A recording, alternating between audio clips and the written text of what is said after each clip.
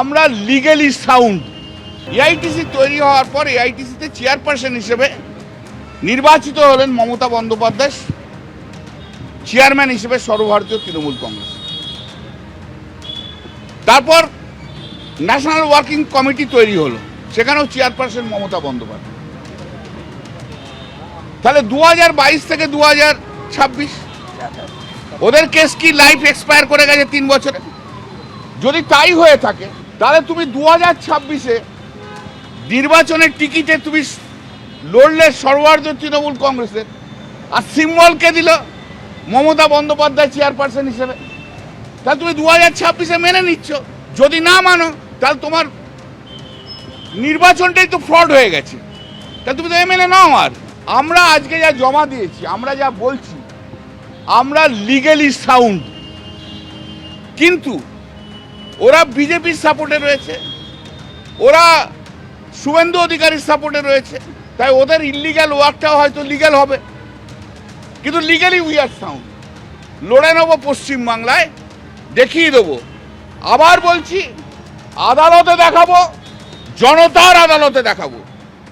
ইতিপূর্বে আমরা ফুল বেঞ্চের সঙ্গে আমরা আমাদের 10 জন নেতৃত্ব নির্বাচন কমিশনের ফুল বেঞ্চের সঙ্গে দেখা করে আমাদের যাবতীয় যা তথ্য প্রমাণ আমরা সেখানে জমা দিয়েছি এবং তাদের হিয়ারিংয়ের মুখোমুখি যা প্রশ্ন করেছে সেই প্রশ্নের উত্তর আমরা দিয়ে এসেছি। সেখান থেকে ফিরে আসার পরে আজকের ডেট পর্যন্ত 5টা পর্যন্ত টাইম ছিল যে আরও কিছু বক্তব্য থাকলে লিখিতভাবে তাদের জানাতে হবে। আমরা আমাদের আইনজীবী মারফত আজকে আমরা নির্বাচন কমিশনে আমাদের সাপেক্ষে যা প্রমাণ তথ্য আছে আমরা আজকে জমা দিয়েছি অলরেডি। আমরা যে তৃণমূলটা করতাম সেই তৃণমূল কংগ্রেস নির্বাচন কমিশনে তাদের স্বীকৃতি ইতিমধ্যেই তারা হারিয়েছে, যাকে বলা হয় ল্যাপস হয়েছে। ডেট পার হয়ে এক্সপায়ারি হওয়া মানে কি ল্যাপস হয়ে যাওয়া। তাদের সেই ডেট যখন এক্সপায়ারি হয়ে গেছে, আমরা দেখলাম এই দলটাকে বাঁচিয়ে রাখতে হবে। আমরা তখন নতুনভাবে যাবতীয় যা কাগজপত্র আমরা নির্বাচন কমিশনের কাছে জমা দিয়েছি। আপনি নিশ্চিন্ত রূপে থাকবেন যে নির্বাচন কমিশন কাগজপত্র তথ্য দেখে হিয়ারিং করে আমাদেরই স্বীকৃতি পাবো বলে আমাদের বিশ্বাস আছে। ইতিমধ্যে যাবতীয় যা জানানোর জানিয়ে দিয়েছি। তৃণমূলের প্রতীক তহবিল নিয়ে দাবি করছেন বিরোধী দলনেতা।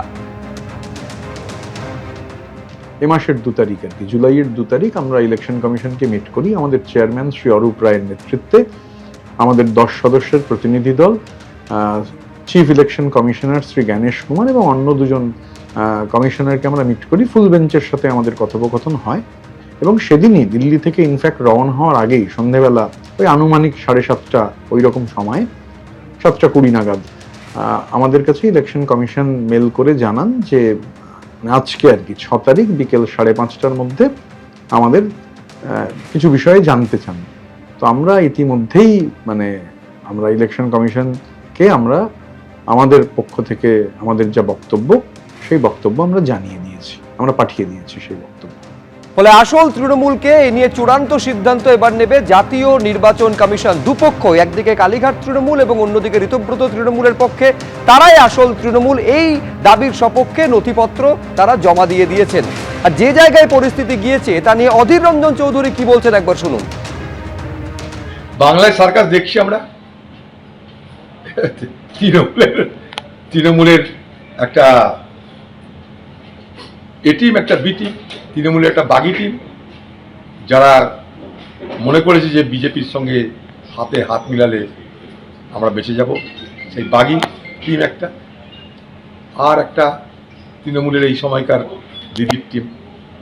দিদি দেখুক নিজের চোখে যে কেমন করে তার প্রাসাদ ভেঙে চুরমার হয়ে যাচ্ছে, কেমন করে তিনি গাদ্দারদের পুষেছেন, কেমন করে তিনি দুধ দিয়ে সাপ পুষেছেন, নিজে নিজে দেখে নিন।